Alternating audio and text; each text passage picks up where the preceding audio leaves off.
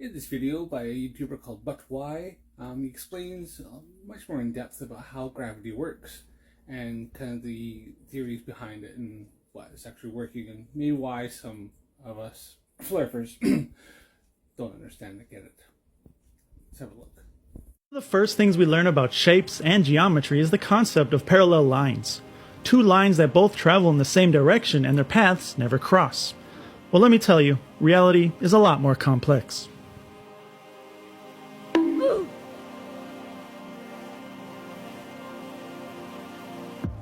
All our lives we've been told we live in a three-dimensional space, or the third dimension, those dimensions being height, width, and depth. Now this is superficially correct, and thinking any different won't change your life, but the reality is we exist within a four-dimensional realm called space-time. We have freedom of movement within three of these dimensions, space, but the fourth, time, is restricted.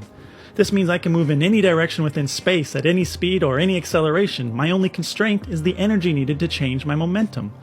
But in the fourth dimension, time, I can only go one direction at one speed.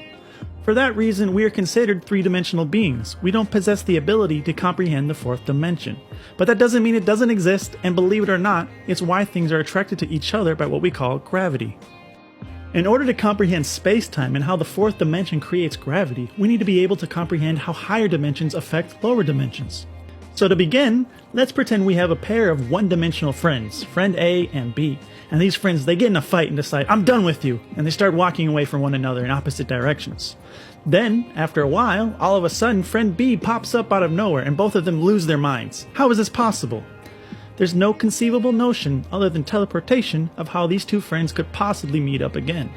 Their one-dimensional minds are just unable to comprehend what is happening.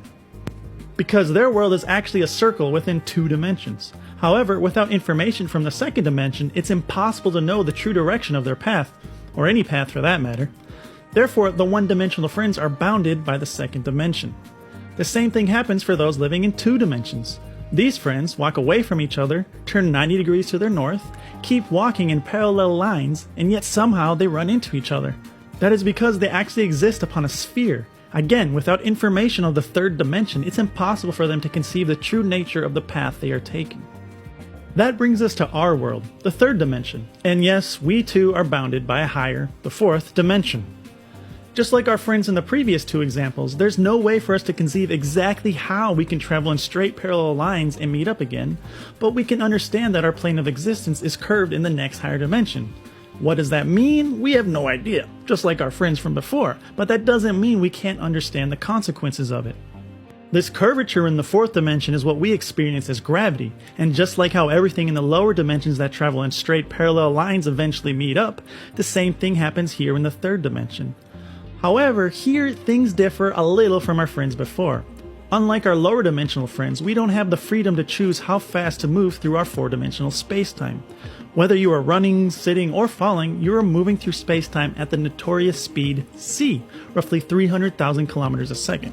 This is of course the same c from the famous E equals mc squared postulated by Einstein, and it is equally distributed between space and time.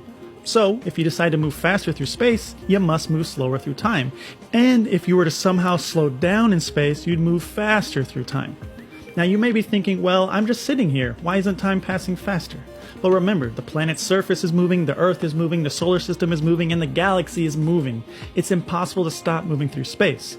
Plus, your changes in velocity are so small compared to c, the difference is imperceptible. Even rockets that travel at 8 kilometers a second are only moving 2/10,000ths of a percent of the speed of light. So we are constantly moving through space-time at a constant speed, and since space-time is curved, just like the previous examples, our perceived straight paths appear to attract or converge with one another. If this still isn't making sense, don't get discouraged. We are talking about a very complex concept, normally outside our realm of comprehension. But bear with me, we're going to start visualizing this, and I think you'll have the same eureka moment I had. Okay, let's start visualizing this. To begin, we'll start with the most common visualization of gravity, but it's not my favorite. We'll visualize the fabric of space-time as a trampoline. Now normally, empty space-time just looks like a trampoline. But of course, space-time is not empty, it's filled with matter, normal and dark alike, and this matter has a very strange effect on space-time. Now, although they exist within space-time, the elementary particles that make up all matter are not made up of space-time themselves. They are, for lack of a better term, and as far as we know today, pure energy. And this pure energy occupies volume within space-time, or disturbs it. But this volume that should be space-time doesn't simply disappear because energy or matter is occupying it, it is displaced. So the more energy or mass that exists, the greater a disturbance and displacement it has on the surrounding space-time. So planets and stars and all energy within them warp space-time around them. That means space-time is curved by matter, which is very important because straight lines on curves have unique behaviors. A straight line along a curve is called a geodesic, and an easy way to identify geodesics on spheres is that they always pass through the point on the exact opposite side of the sphere. The only reason it wouldn't is if some force was applied to it along its path, but then it would no longer be a straight line. Now, two geodesics, no matter where you put them on a sphere, will cross each other's paths. Now, whether objects following those paths hit each other is a matter of timing and relative velocities, but they are constantly moving to intercept the other's path. So just like how moving along a curve in the third dimension can be viewed as moving along a straight path in the second dimension, moving along this now curved fourth dimension means it still feels like we are moving in a straight line through the third dimension. And just like how two-dimensional beings moving in parallel lines eventually meet one another along the surface of a sphere, us moving in straight parallel lines in space means we still end up meeting each other or crossing one's path within space-time. Think about how crazy that is. If we suspend a ball above the Earth's surface, it's moving in the same direction as the Earth through space. Let's even freeze the rotation of Earth so we don't have to worry about the angular velocity affecting our ball's movement. Now when we look at the ball and the Earth, they are both clearly moving along two parallel paths through three-dimensional space. So there's no reason for them to cross each other's path. But when I let go, as they travel through space-time, just like how we saw with the friends walking on the sphere, because they're traveling along a curve in a higher dimension, the ball and the Earth end up running into each other despite traveling parallel with each other. And this is the fundamental concept of gravity. This becomes abundantly clear if we change our perspective. If we look at our two friends walking along in two dimensions, it looks like they walk into each other. However, if we remove any reference to their velocity, because they are walking the same speed, it simply looks like they are gravitating towards each other for no reason.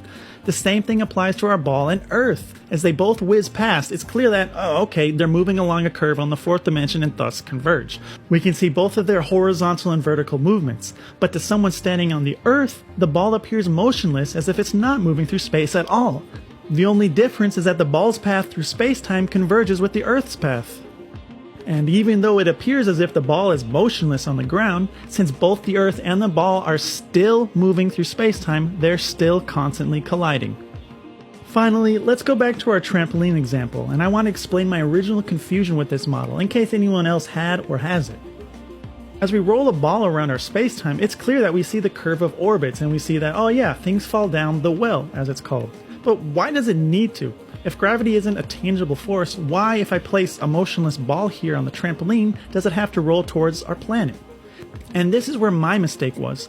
You see, before when we talked about lower dimensional beings moving about, there's nothing stopping them from stopping themselves or just deciding to sit down. But remember, everything is always moving through space-time. So the ball placed on the trampoline has to move because everything in space-time moves. And our planet in the middle of the trampoline isn't motionless either. It's also moving through space-time at the same speed as the ball. And once you see the trampoline like this, well, I hope it clicks and it makes sense why something would just fall as we perceive it straight down. So remember, if it feels like you're stuck in a rut or not making any progress, the universe is always there behind you, moving and pushing you forward. Well, I found that rather interesting and informative. Even I learned a few things, so that was, yeah, I think that kind of explained things quite well and made put things in perspective a bit more. I'm sure I'll probably still get some people on here, flat earthers, that claim that this is all fake and pseudoscience, but, well, they can't seem to prove their concepts, so I think we'll go with the one that's actually been proven through mathematics and physics, instead of just by putting tinfoil in your head. Thanks for watching. Click on my the like button, click on my channel here, and watch some more videos. Thanks for watching.